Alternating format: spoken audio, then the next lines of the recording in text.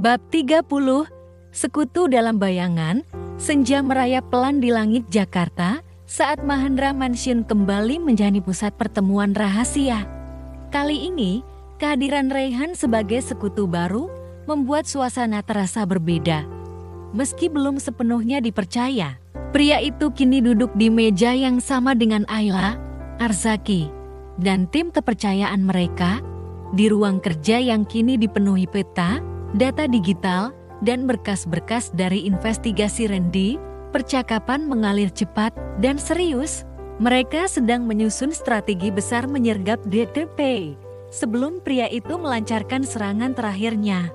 DAP akan menghadiri pertemuan bisnis besar besok malam di Hotel Mandala, jelas Randy sambil menampilkan slide di layar besar.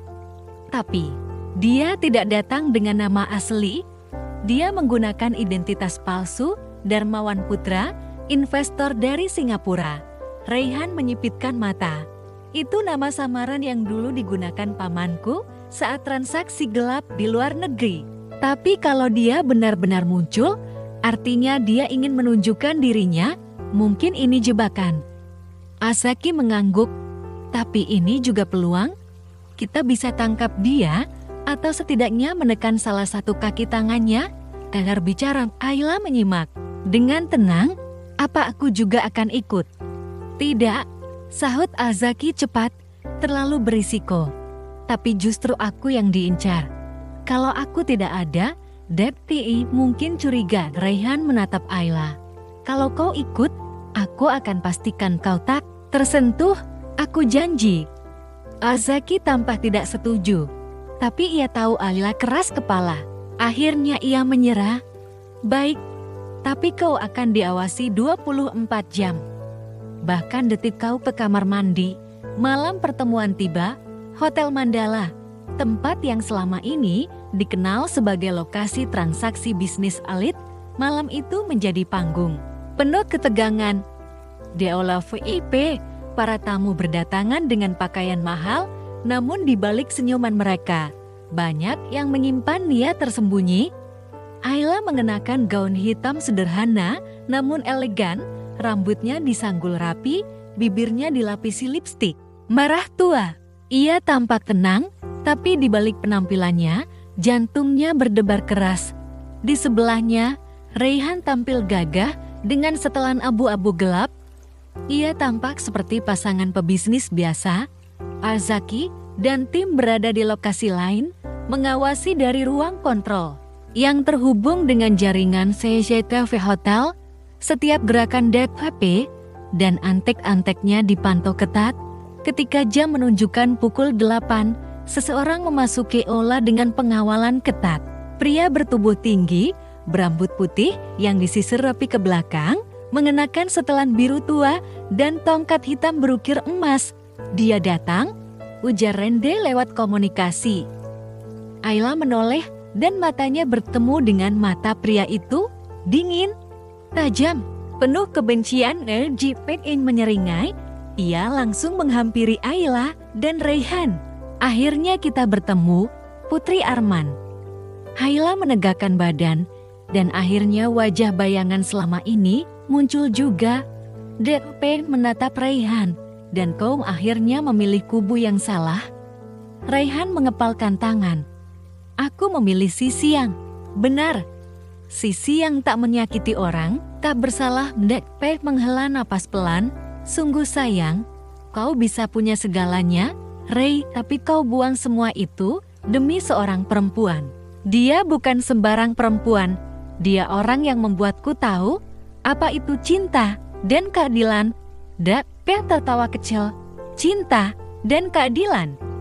Kata-kata itu sudah mati sejak ayahnya menghancurkan keluargaku. Ayla mencoba menahan amarah.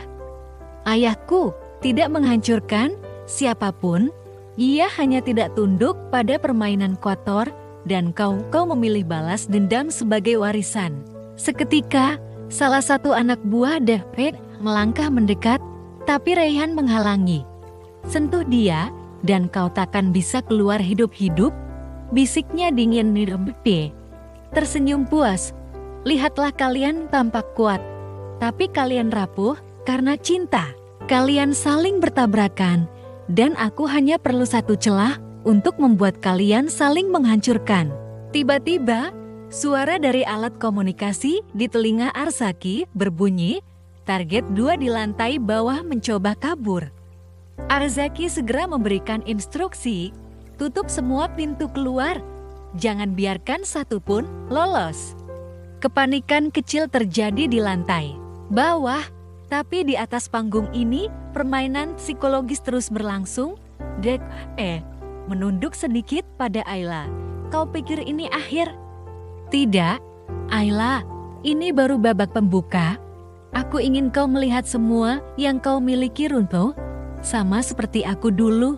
Seketika, ia berbalik dan pergi sebelum keamanan sempat menyergapnya, seolah ia tahu setiap sudut tempat itu. Ayla menatap Raihan. Dia tidak takut. Dia tahu kita belum siap. Raihan mengangguk. Tapi sekarang kita tahu wajahnya, dan itu langkah awal menuju akhir. Kembali ke Mahendra Mansion, malam itu menjadi titik balik. Ayla menatap peta koneksi Datpai yang terpampang. Di dinding, setiap wajah, nama, dan organisasi mulai tersambung seperti benang laba-laba.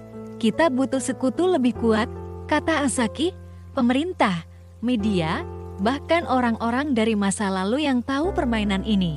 Ayla menatap Laya. Aku tahu harus mulai dari mana. Raihan berdiri di belakangnya. Katakan saja apapun itu, aku akan bantu. Ayla membalikan badan, menatap kedua pria itu.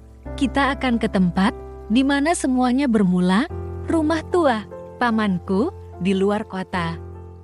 Ayahku pernah menyimpan dokumen di sana. Dokumen yang mungkin bisa menjatuhkan Delta, sekaligus membuktikan kebenaran. Azaki mengangguk, kalau begitu, kita berangkat besok pagi dan di kejauhan, Delta menatap layar yang menampilkan ketiganya. Pergilah, tapi aku sudah menunggumu di sana.